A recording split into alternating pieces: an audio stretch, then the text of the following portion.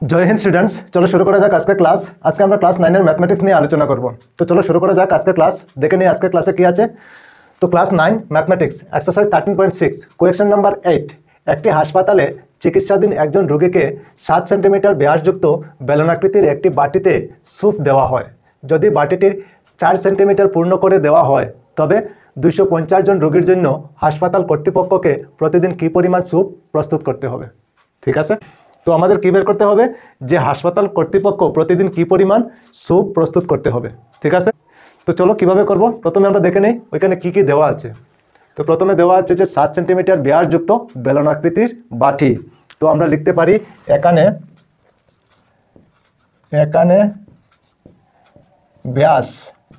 ব্যাস ডি মানে diameter equal কত লেখা আছে 7 সেন্টিমিটার, 7 সেন্টিমিটার, ওইটা হলো আমাদের ব্যাস। ঠিক আছে, তো ব্যাস থেকে আমরা ব্যাসার্ধ বের করতে পারি। চলো এখন আমরা বের করে নেই ব্যাসার্ধ। ব্যাসের অর্ধেক হয় ব্যাসার্ধ। ব্যাসার্ধ আর মানে রেডিয়াস ইকুয়াল কি লিখতে পারি, উপরে 7 হবে আর নিচে 2, মানে ব্যাসকে 2 দিয়ে ডিভাইড করলে যত হবে ওইটা হবে ব্যাসার্ধ। ঠিক আছে, ওইখানে দেখো বাটিটির 4 সেন্টিমিটার পূর্ণ করে দেওয়া হয়, তার মানে উচ্চতা হবে 4 সেন্টিমিটার। চলো তো আমরা লিখতে পারি উচ্চতা এইচ ইকুয়াল 4 সেন্টিমিটার, 4 সেন্টিমিটার।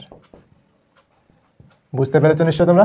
ঠিক আছে, আচ্ছা এখন আমরা কি বের করতে পারি, ব্যাসার্ধ পেয়ে গেলাম, উচ্চতা পেয়ে গেলাম, তো বেলনাকৃতির বাটির আমরা কি বের করতে পারি, আয়তন বের করতে পারি। ঠিক আছে, চলো সুতরাং আমরা লিখতে পারি কি বাটিটির আয়তন, বেলনাকৃতি বাটির আয়তন, বাটির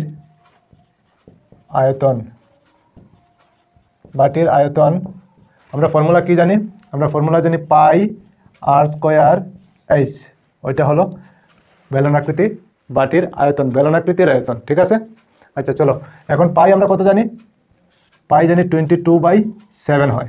ঠিক আছে, ইন্টু দিয়ে আর স্কোয়ার, তো আর আমাদের কত আছে 7/2, 7/2 লিখে নিলাম। ঠিক আছে, ওইখানে স্কোয়ার যেহেতু আছে তো স্কোয়ার আমরা দিতে পারি, স্কোয়ার ইন্টু এইচ কত আছে 4, তো আমরা 4 লিখতে পারি। এতটুকু বুঝতে পেরেছো নিশ্চয় তোমরা? ঠিক আছে, চলো তারপরে আগে এখন আবার 22/7 লিখে নিলাম। ঠিক আছে, ইন্টু দিয়ে ওইখানে 7/2 হোল স্কোয়ার, তার মানে 7/2 আমরা দুইবার লিখতে পারি, 7/2 ইন্টু আরেকবার লিখতে পারি 7/2 ইন্টু ওইখানে কত আছে 4, তো 4 লিখতে পারি। বুঝতে পেরেছো নিশ্চয় তোমরা? ঠিক আছে, এখন দেখো 7 আর 7 ক্যান্সেল করতে পারি, হ্যাঁ পারি। ওইখানে দেখো 2 দিয়ে 4কে আমরা ডিভাইড করতে পারি, কত হবে 2, আর তারপরে দেখো ওই 2 দিয়ে ওই 2কে আমরা ক্যান্সেল করতে পারি, পারি কি না? হ্যাঁ পারি। চলো এখন বাকি কি রয়ে গেছে, বাকি রয়ে গেছে ওইখানে 22 আর ওইখানে 7।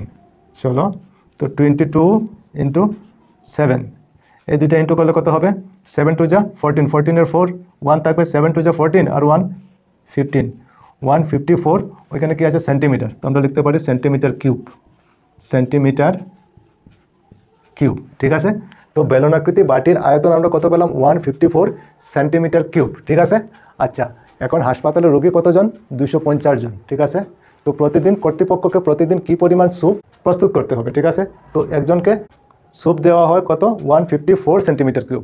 একটা বাটিতে কতটুকু ধরে 154 সেন্টিমিটার কিউব একটা বাটির আয়তন। ঠিক আছে, তো এরকম কতটি বাটি প্রয়োজন হবে, 250টি। ঠিক আছে, চলো তো এখন আমরা লিখতে পারি সুতরাং একটি বাটির আয়তন, একটি বাটির আয়তন কত 154 সেন্টিমিটার কিউব, সেন্টিমিটার কিউব। ঠিক আছে, তো এইরকম কতটা বাটি লাগবে, আমাদের রোগী কতজন 250 জন, তো 250টা বাটির দরকার পড়বে। চলো সুতরাং 250 মানে 250টি বাটির আয়তন কত হবে 154 ইন্টু দিয়ে 250। ঠিক, এখন এই দুইটা ইন্টু করে নিই, কত হবে 154 আর 25 দিয়ে করে নিই, ইন্টু করলে কত হবে 5 4 যে 20, 20 0 2 থাকবে, আর 5 5 যে 25 আর 2 27-এর 7 হবে, 2 থাকবে, 5 1 যে 5 আর 2 7। ঠিক, আবার 2 দিয়ে ইন্টু করলে কত হবে 2 4 যে 8, 2 5 যে 10, 10-এর 0 1 থাকবে, 2 1 যে 2 আর 1 3, 0 5 8 3, আর 250 জিরো একটা বাকি রয়ে গেছে, ওইখানে একটা জিরো দিতে পারি। ঠিক আছে, তো ইন্টু করলে কত হয় 38500 সেন্টিমিটার কিউব। ঠিক আছে, তো 250টি বাটির আয়তন কত? 38,500 সেন্টিমিটার কিউব। 38,500 centimetre cube. ঠিক আছে, আচ্ছা আমরা জানি 1000 সেন্টিমিটার কিউব ইকুয়াল 1 লিটার হয়, 1 লিটার। ঠিক আছে, সুতরাং 1 সেন্টিমিটার কিউব 1000 নিচে হবে, উপরে হবে 1 আর লিটার। তারপরে কত সেন্টিমিটার কিউব আছে?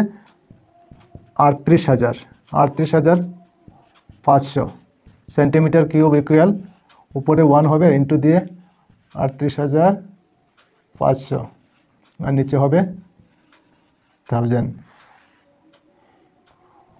উপরে একটা জিরো, নিচের একটা জিরো, উপরে আর একটা জিরো, নিচের আর একটা জিরো, তো একটা জিরো থেকে যায়, তো আমরা লিখতে পারি 385।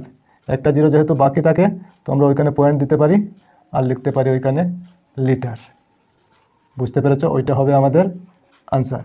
তো কর্তৃপক্ষকে 38.5 লিটার স্যুপ প্রস্তুত করতে হবে। তো কর্তৃপক্ষকে 38.5 লিটার স্যুপ প্রস্তুত করতে হবে।